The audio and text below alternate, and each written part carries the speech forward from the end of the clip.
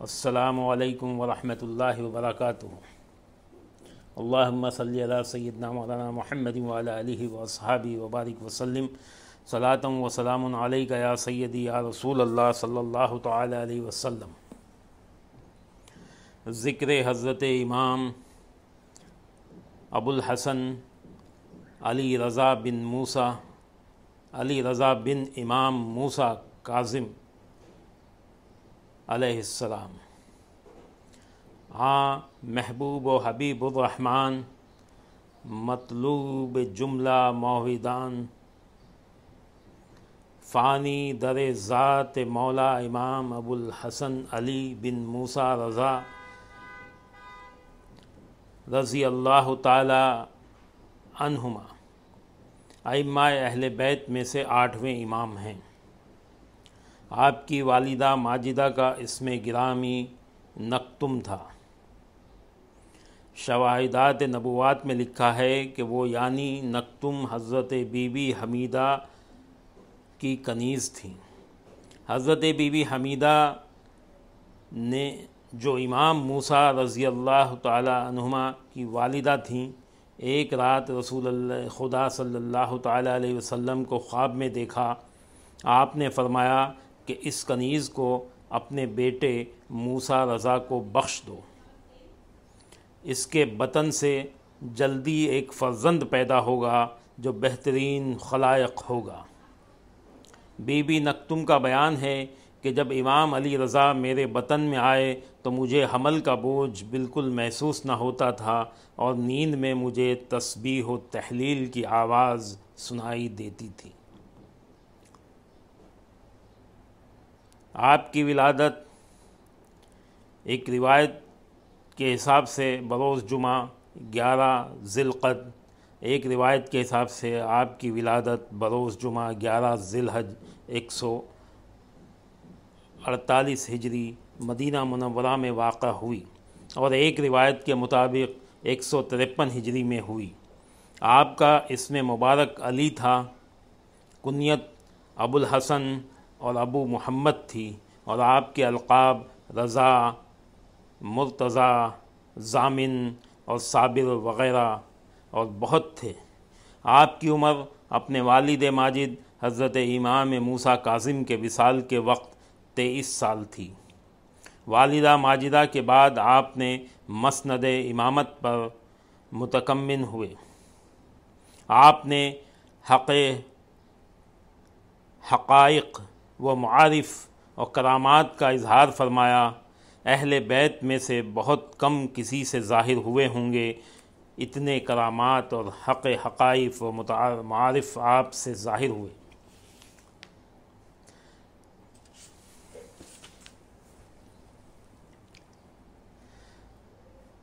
مرات الاسرار میں لکھا ہے کہ آپ کی کرامت میں سے ایک کرامت حضرت شیخ معروف کرخی کا مسلمان ہونا ہے۔ حضرت شیخ معروف کرخی رضی اللہ تعالیٰ عنہما نے آپ کے ہاتھ پر اسلام لا کر مدت دراز تک آپ کے در پر دربانی کے فرائض انجام دیے۔ انہوں نے حضرت امام صاحب سے فیض تربیت حاصل کیا اور خلافت سے سرفراز ہوئے، اور اس کے بعد آپ کے حکم سے شیخ معروف کرخی رضی اللہ تعالی عنہما موضع کرخ میں جو بغداد کے مضافات میں سے رہ کر مسند و رشد و ہدایت پر متکمن ہوئے۔ حق تعالیٰ کے فضل و کرم سے آپ مشائخ وقت کے مقتدا اور پیشوا ہوئے۔ حضرت معروف کرخی رحمۃ اللہ علیہ سے 7 خانوادہ ہائے طریقت جاری ہوئے۔ یہ تمام سلاسل آپ کے ذریعے حضرت امام علی رضا تک پہنچ کر حضرت علی کرم اللہ وجہہ پر ختم ہوتے ہیں۔ ایک روایت کے مطابق حضرت خواجہ داؤد طائی نے، جو حضرت خواجہ حبیب اجمی کے مرید و خلیفہ تھے، ایک خرقہ خلافت حضرت معروف کرخی کو بھی عطا فرمایا۔ مرات الاسرار میں یہ بھی لکھا ہے کہ اہل نتاج میں سے ایک بزرگ کا بیان ہے کہ ایک دن میں نے خواب میں حضرت صلی اللہ تعالیٰ علیہ وسلم کو خواب میں مسجد نتاج میں جہاں حاجی لوگ جمع ہوتے ہیں بیٹھے دیکھا۔ آپ کے سامنے کھجور کا خوانچہ پڑا ہے، آپ نے اس میں سے 17 کھجور اٹھا کر مجھے عنایت فرمائے۔ میں نے اس کی تعبیر یوں کی کہ ہر دانہ خرما کے بدلے 1 سال زندہ رہوں گا۔ بیعت کے دن میں نے سنا کہ امام علی رضا اس مسجد میں اترے ہیں۔ یہ سن کر میں فوراً ان کی خدمت میں حاضر ہوا۔ کیا دیکھتا ہوں کہ اسی جگہ تشریف رکھتے ہیں جہاں خواب میں رسول اللہ صلی اللہ تعالیٰ علیہ وسلم تشریف رکھتے تھے، اور اسی طرح آپ کے سامنے کھجور کا خوانچہ پڑا ہے۔ میں نے جاتے ہی سلام عرض کیا کہ اے ابن رسول اللہ صلی اللہ علیہ وسلم، اس سے پہلے میں خرما کے دانے لے چکا ہوں۔ آپ نے فرمایا کہ جب حضرت صلی اللہ علیہ وسلم نے عطا فرمائے تو میں بھی دے دیتا ہوں۔ شواہد النبوات میں لکھا ہے کہ ایک بزرگ کہتے ہیں کہ ایک دن میں ایک امام علی رضا کے ساتھ بیٹھا تھا کہ اچانک ایک چڑیا نے آ کر اپنے آپ کو امام صاحب کے سامنے ڈال دیا۔ وہ آواز نکال رہی تھی اور اضطراب میں تھی۔ امام صاحب نے فرمایا کیا تمہیں معلوم ہے کہ یہ چڑیا کیا کہہ رہی ہے؟ میں نے عرض کیا کہ اللہ اور اس کا رسول اور ابن رسول بہتر جانتے ہیں۔ آپ نے فرمایا یہ کہتی ہے کہ میرے گھونسلے میں سانپ داخل ہو گیا ہے اور میرے بچوں کو کھانا چاہتا ہے۔ چنانچہ آپ نے فرمایا کہ اٹھو اور اس کے گھونسلے میں سانپ کو مار دو۔ میں نے اٹھ کر دیکھا تو واقعی سانپ گھونسلے کے گرد چکر کاٹ رہا تھا۔ میں نے اسے مار ڈالا۔ اللہ اکبر۔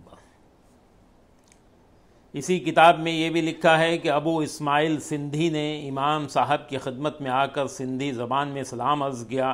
آپ نے اسے اسی زبان میں جواب دیا۔ اس کے بعد اس نے امام صاحب سے اپنی زبان میں سوالات کیے اور آپ نے اسی زبان میں جواب دیے۔ اس کے بعد اس نے عرض کیا کہ میں عربی زبان نہیں جانتا، دعا فرمائیں کہ اللہ تعالیٰ مجھ پر عربی آسان کر دے۔ امام صاحب نے اپنا ہاتھ مبارک اس کے لبوں پر لگایا، جس کی برکت سے وہ فوراً عربی بولنے لگا۔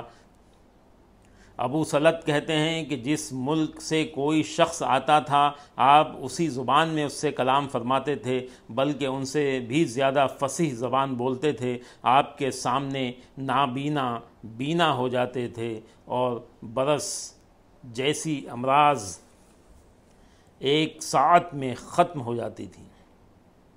سبحان اللہ، سبحان اللہ۔ اس کتاب میں یہ بھی لکھا ہے کہ ایک آدمی کہتا ہے کہ میری بیوی حاملہ تھی۔ میں نے امام صاحب کی خدمت میں جا کر عرض کیا کہ دعا فرمائیں خدا تعالیٰ نے فرزند عطا فرما دے۔ آپ نے فرمایا تمہاری بیوی کے بطن میں 2 بچے ہیں۔ جب میں واپس جانے لگا تو دل میں خیال آیا کہ ایک کا نام محمد رکھوں گا، دوسرے کا نام علی۔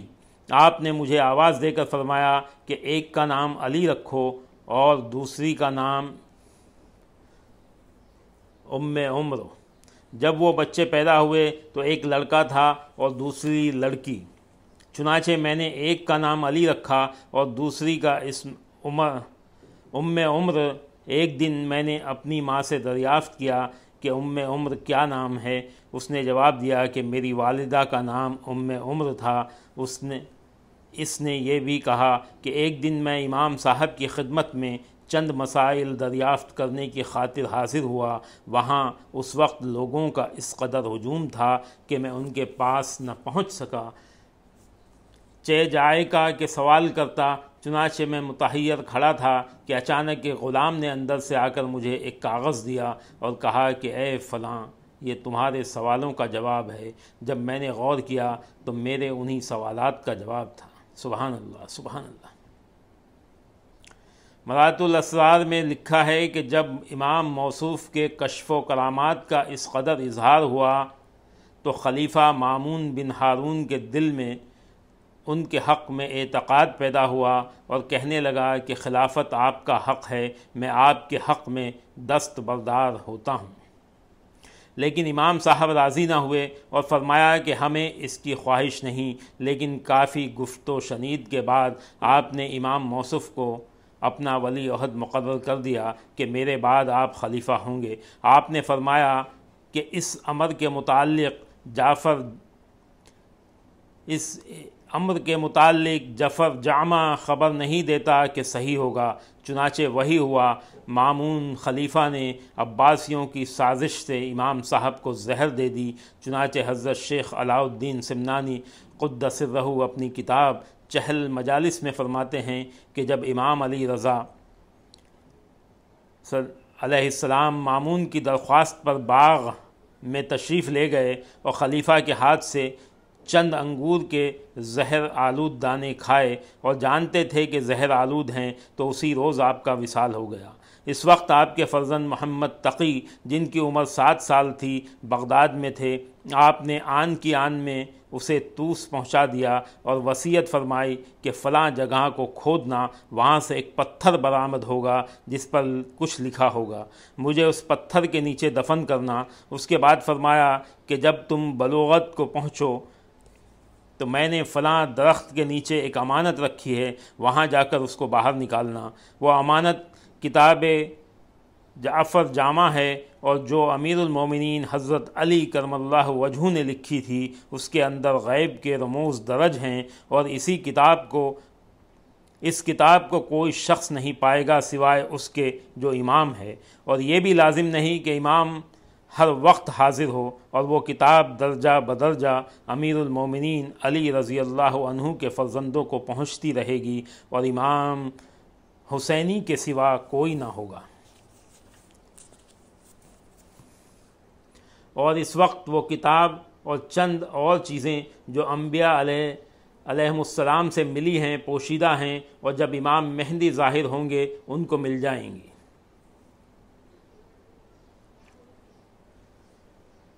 امام موصوف کے کرامات اس قدر ہیں کہ اس مختصر سے واقعے میں بیان کرنا بہت ہی مشکل ہے۔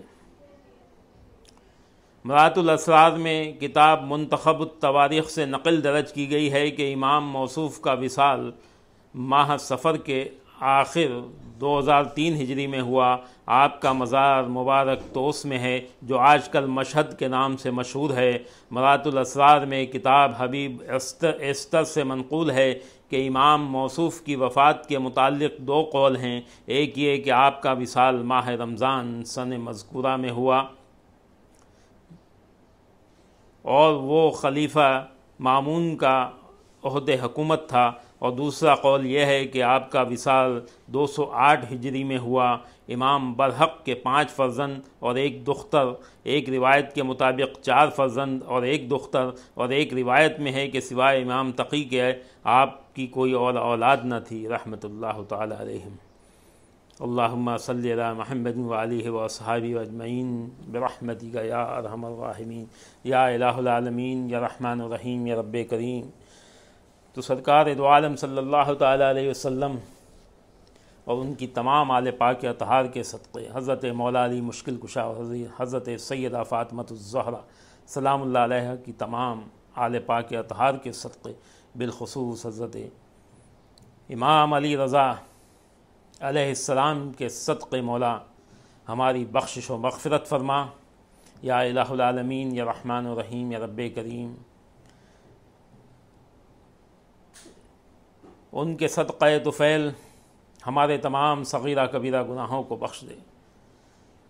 حضرت امام علی رضا علیہ السلام کا دامن کرم عطا فرما، اور ہمارے تمام صغیرہ کبیرہ گناہوں کو